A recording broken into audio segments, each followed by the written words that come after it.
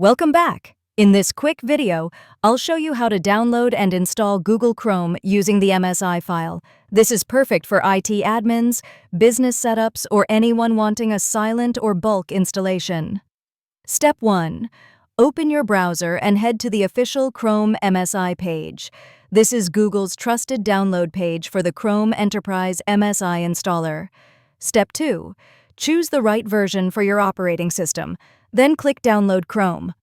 Pro tip: the MSI file allows you to install Chrome for all users on a device. This is ideal for offices and managed PCs. Step 3.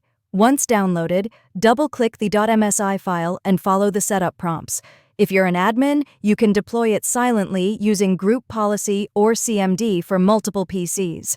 And that's it! You've successfully downloaded and installed Google Chrome via MSI. Quick, clean, and perfect for bulk deployment. If this helped, tap and subscribe for more tech installation guides.